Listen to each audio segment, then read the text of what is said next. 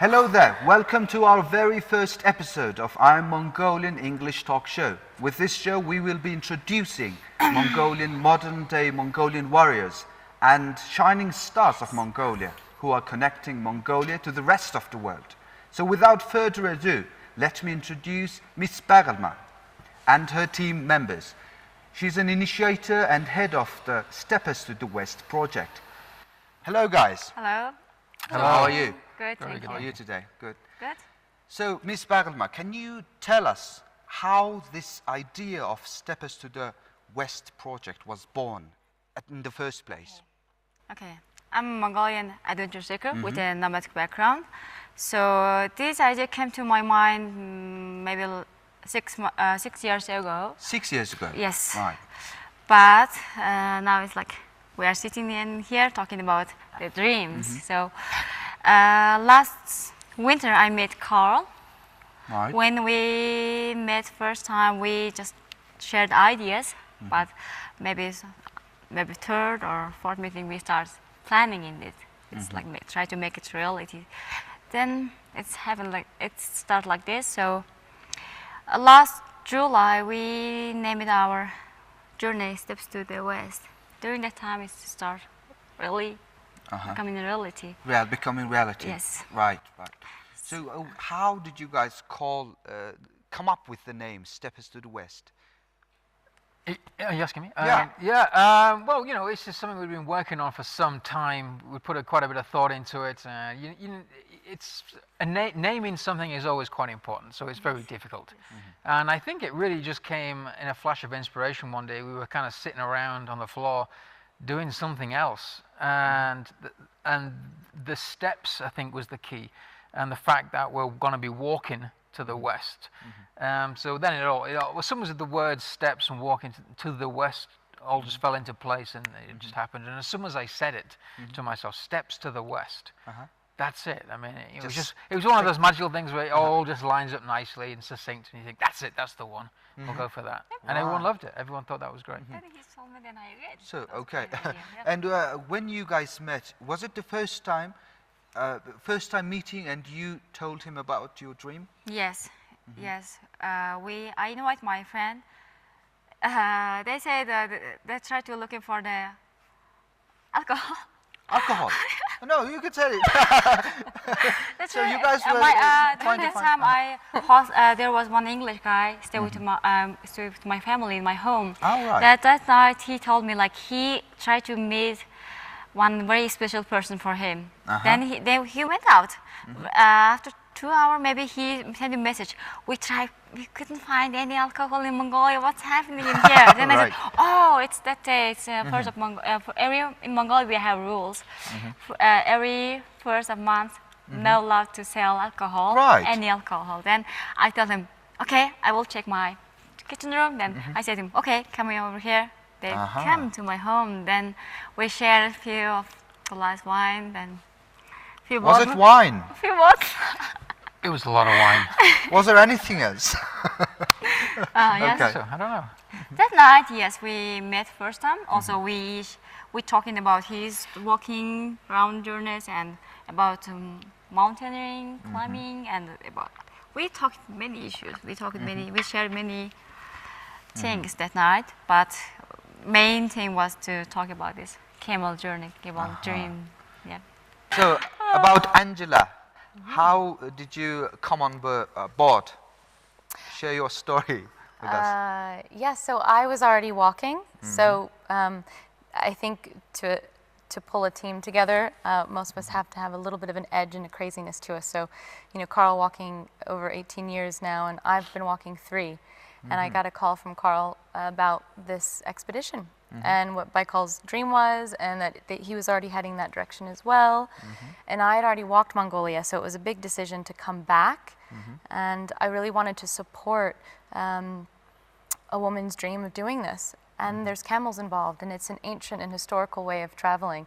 I mean, just walking in itself is, you know, one of the oldest forms. So now taking a camel caravan, it deems, you know, kind of an impossibility to it. And I think with Baikal's dream and Carl's vision of trying to make something impossible turn possible, it has a a calling to it, something that really excites people. We've been talking about other team members. So who are the team members? So all of them at the moment are waiting us in my home. All right. Maybe we should go to my home. Oh, let's go then. Yep.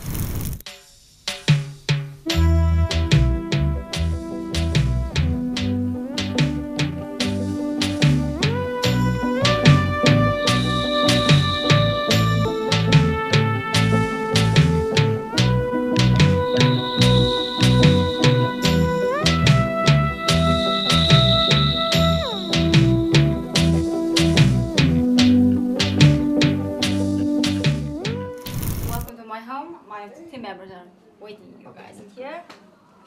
Hello guys, how are you? How's your morning? Good, very well, thank you.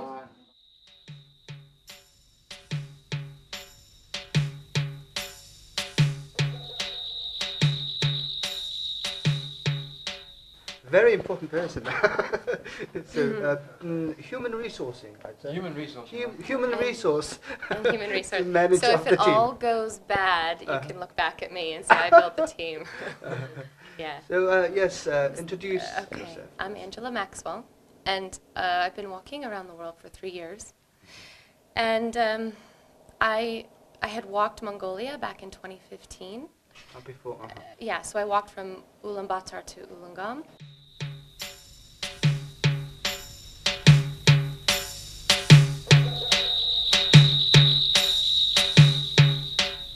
My name's Erica Keilinger. I'm from Bend, Oregon, also in the United States.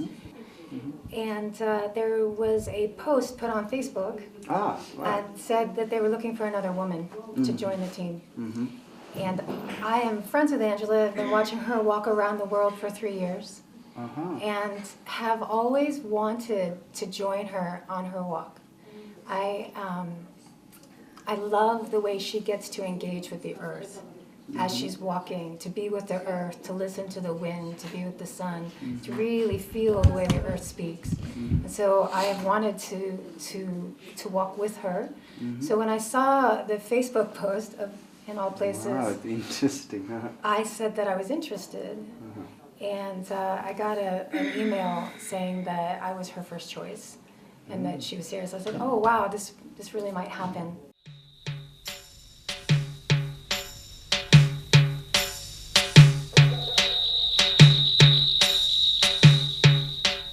My name is Gabriel Schonard. I'm 35 years old. I'm from Bend, Oregon, United States. And my adventuring career started well, fairly early on. I was always drawn to traveling around the country, many different countries. In 2005, I decided to walk from Mexico to Canada. So 27. You're a walker as well. I'm a walker, world walker. And Baikal met Carl, and then Carl met Angela, and Angela is from Bend as well. And Angela reached out to my partner Erica. This is my partner Erica, and she was preparing to go, and I was supporting her in going on this journey and saying, this is an amazing thing, congratulations, and I fully support this mission. And then I was in the room when Angela said, well, actually, we're looking for another man to join this journey. And so I was like, whoa, okay, I'll just take this in. Take a moment. So I took about 2 days to think about it, and I decided absolutely 2 days. You must have been craving for this kind of challenge. Yes.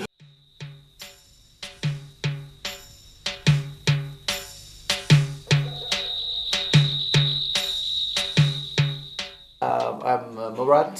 So, well, at the time being, I heard of this project actually just a few weeks before I arrived in Mongolia. And during that time I was in contact with Angela, our team member too. So yeah, we were talking back and forth about what we're doing, and I was in southern Sweden that time. And then had a Skype meeting with Carl Bushby. And the first question was asking him, why do you do this? So explained why he is going to do it, and how the idea came to the light. And that's the time I heard about Baikal.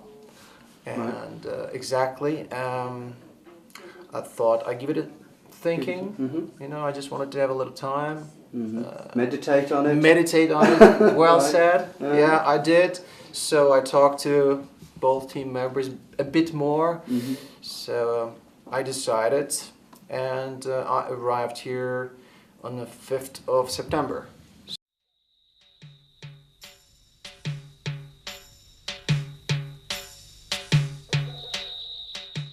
Hi, I'm Jamie Ramsey and I am an endurance adventurer from Scotland in Great Britain. I found out about this adventure again from Angela. Just through a Facebook message while I was sitting at home, saying that she was with Carl and Baikal and Murat out here in Mongolia. They were looking for another man to join, and my job is basically going on adventures, and I had a few months spare, so I'm just joining for a few months just for it in Mongolia. I looked at the project and I thought, so from what I do, I'm a runner. So in 2014 I ran from Canada to Argentina, and when they told me about this project, I was like, this presents so many challenges that I'm not used to. 자, сайн байцгаана уу? She is my mom and my auntie. At the moment, they are preparing for my sheep skin. It's keeping my body warm to survive the Mongolian harsh winter. It's very warm, quite heavy, but that's okay when I sit on camel. So they're almost finished.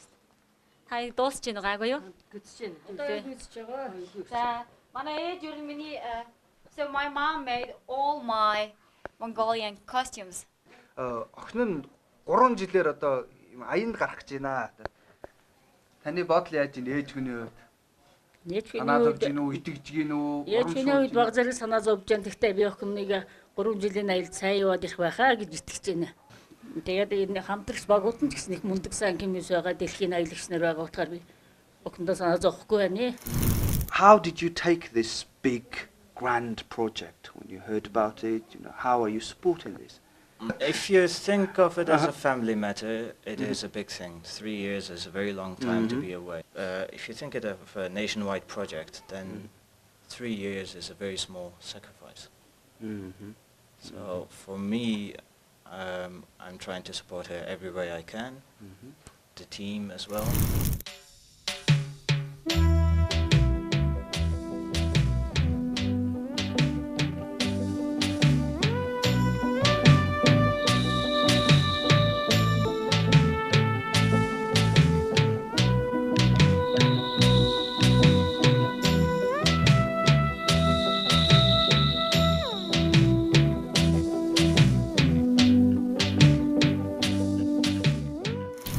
About this journey, what's the purpose and meaning of this grand, mostly impossible journey?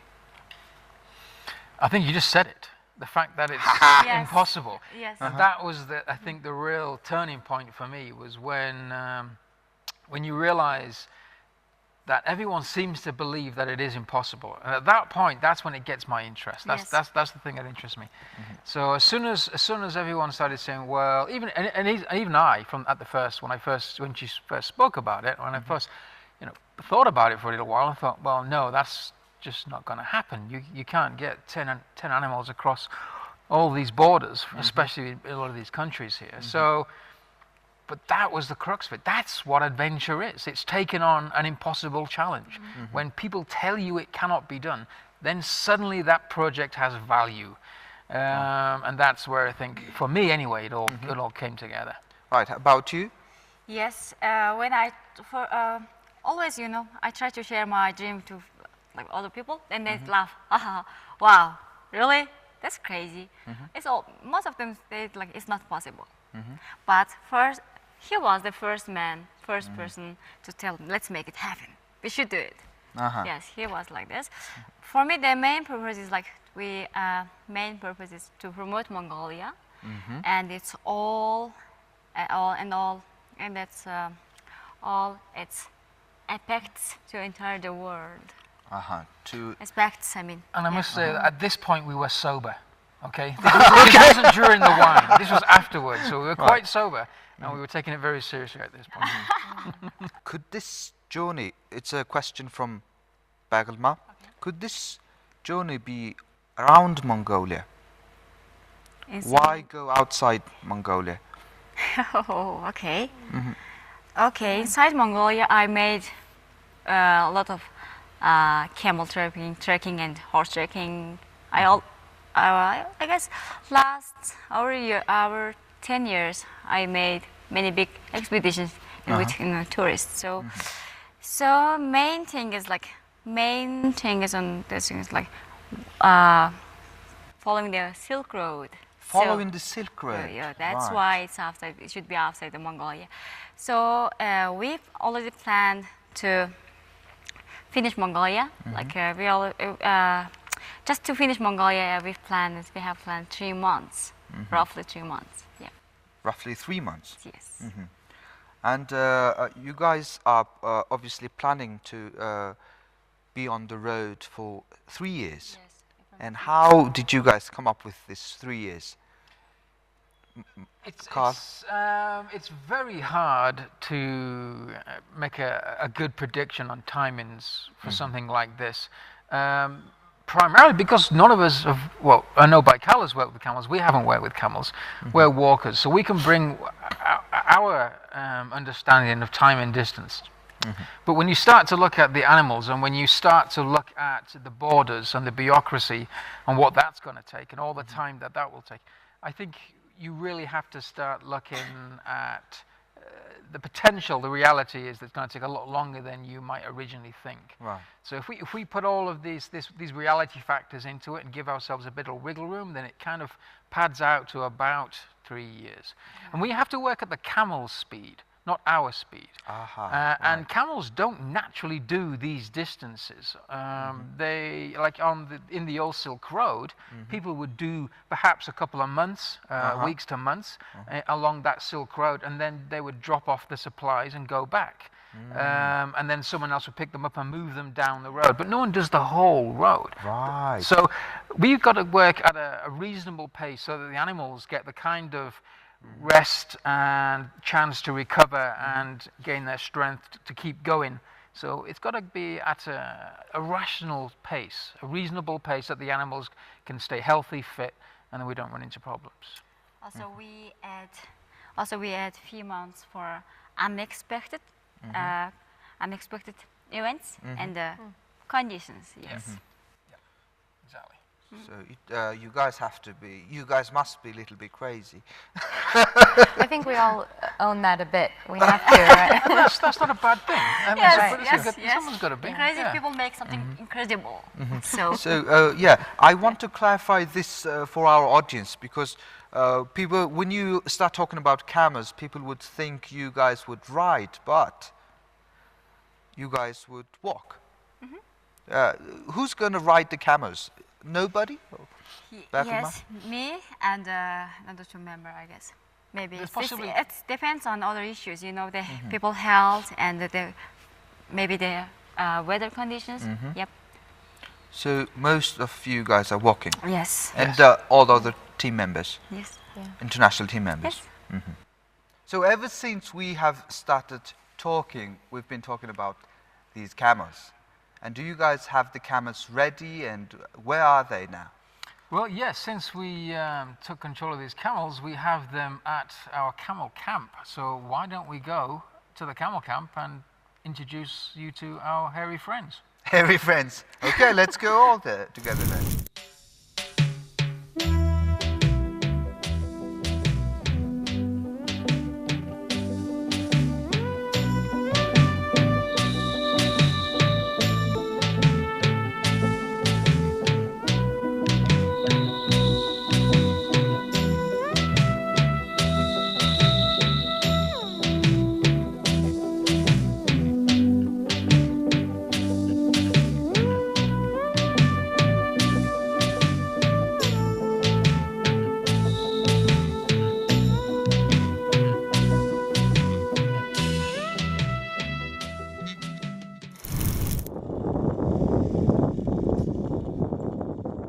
And now we just arrived at the Steppes to the West project's camel camp.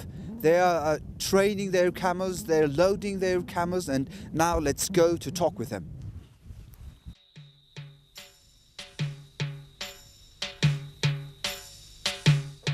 Well, from the very inception of this idea, it was about camels. When the idea was first suggested by Baikal, during that social gathering that evening, it was, hey, what about imagine a camel journey to Europe? So right from the get-go, it was all about camels. And I'm quite happy with that, because these animals are just amazing creatures biologically. I mean, if anything is adapted to long journeys through the types of terrains that we're talking about, then it's these ships of the desert right here. It's these babies. These are the guys that can pack weight, go the distance, and take on some really arid, dry terrain. With horses, that's a lot more difficult. Now, horses might be easier to handle in some cases, but they're not going to go the miles and the distance in the types of terrains that we're going to be faced with, some of the challenges that we're going to be faced with. That's these guys. The image you have before you start this is way more simple than the reality is. Like getting to know the animals, getting to know their personalities, understanding how to look after these animals, and then start working on the training. It's full on. It's a career. You could make a career out of working with these animals, and some people do. So I mean, we've got a long way to go. We've been training for a couple of months now, but we still feel that we've got a lot of work to do. So the first days of this journey will be a little rough. The animals will take a bit of time to settle into a routine, and eventually they'll get it. They'll understand what's going on every day. We do this in the morning, we walk, we do this at night. And once we start doing that repetitively, then the animals they'll get it, and they'll switch onto it, and then life will start to get easier. But at first it's going to be a bit rough. Hi. Hi. Can you, if I ask you to describe camel with one word, what would you say? They're sensitive. Sensitive. Very sensitive. And can you tell briefly about your first encounter with these animals? My first interaction was with this animal right here, this camel. And he is very big, as you can see, and very strong. So he has trained me well. Oh, he has trained you? Yes, he has trained me. Forgiving. Forgiving? Yeah. They don't hold any grudges. So, what's your camel's name? He's Atlas. Atlas? Yeah. Oh, Atlas. Wow. Okay. And if I ask you to describe Atlas with one word, what would that be? Well, he's a very strong one. He's very strong. Very strong. One of the strongest ones in the team, but very soft. Strong and soft? That's right. So those are two words. Okay. I would say intelligent. Intelligent. Intelligent. And about your first experience with them? My first experience with this type of camel was right here about a week ago. And I'm used to horses, so it's just a very different. Their legs go in every single angle, so it's just always making sure that you're out of their reach. But they're very gentle, and they take to you quickly, and they're awesome. I would describe camels as inquisitive. Inquisitive? Inquisitive. They are very interested in everything that's going on around them. When we're over at the tent, I often see them looking over at us and just being interested in what we're doing. And then when we come over, they stop what they're doing. Sometimes they'll stop chewing, and they just pay attention, lots of attention to us, and can we trust them? Monolithic would be the word I would use. These are amazing creatures, and they're powerful. I mean, they look quite docile most of the time, but when they don't want to play, they can become pretty difficult things to deal with, and they are so strong. So they're in charge most of the time. It's So Baigalmaa, can you tell us about your first encounter with camels? You're Mongolian, you have nomadic background, Yes. so it must be very early. Yes, okay. My parents are herders. Be careful with the backside, they will kick out. So that we have 5 different animals, so including camels. In herders in Mongolia, they should move 4 times every year. So when I was a small child, my mom and my father put us in small basket, that we collect the nugs with that basket. Basket, right. Yeah, put on this, then back on the camels. It's my first first experience with camels, but maybe after when I was 4 or 5 years, we started riding camels and horses. So it's for me very familiar. For me, it's like I feel like with them my family, part of you, and also my family member.